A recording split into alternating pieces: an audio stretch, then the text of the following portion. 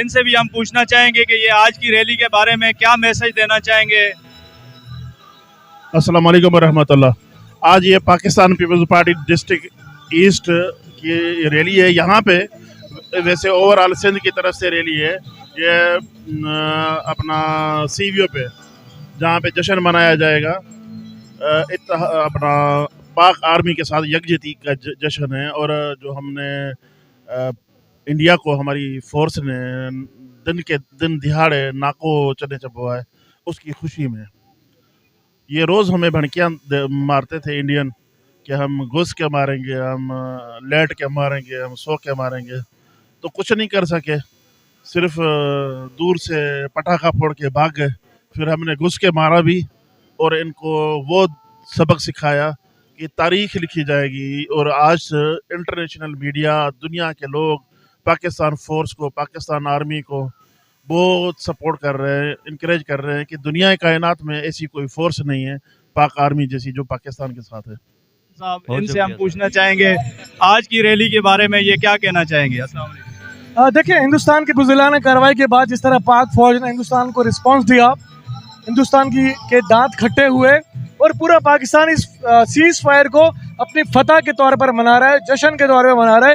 کیونکہ جب پاکستان نے پہلا حملہ کیا تو ہندوستان نے اپنے گھٹنے ٹیکے اور اپنے ابو ڈونلڈ ٹرمپ سے رابطہ کیا, اور ڈونلڈ ٹرمپ نے فوری طور پہ کہا کہ جناب بند کریں, خدا کے لیے وہ رو رہے ہیں. تو وہ ان کا رونا پیتا تھا, وہ بند ہوا, پاکستانی جشن منا رہے ہیں. بلکہ جب وہ حملہ کر رہے تھے ہم تو جب بھی جشن منا رہے تھے کہ آؤ ہم آپ کو بلاتے ہیں, آپ کو سب کو چائے پلائیں گے بغیر چھینے کی. تو وہ ہم تیار تھے. اور پاکستانی قوم کے جوش و خروش مثالی ہے. جو قوم جذبہ ایمانی سے سرشار ہو ان کا مقابلہ کوئی نہیں کر سکتا. جو کلمہ طیبہ پر یقین رکھتی ہو اس کا مقابلہ کوئی نہیں کر سکتا. جو نعرہ تکبیر اللہ اکبر کا نعرہ لگا کے میدان میں اترے ان کا مقابلہ کوئی نہیں. بہت شکریہ. بہت شکریہ. اس وقت ہم موجود ہیں کالا پل پہ. آج پاکستان زندہ باد ریلی رکھی گئی ہے جو وزیر ہیں سعید غنی صاحب ان کی طرف سے, اور اس میں حاجی غلام مصطفیٰ قریشی صاحب نے بھرپور شرکت کی ہے. یہ دیکھیں میرا کیمرہ مین آپ کو دکھا رہا ہے.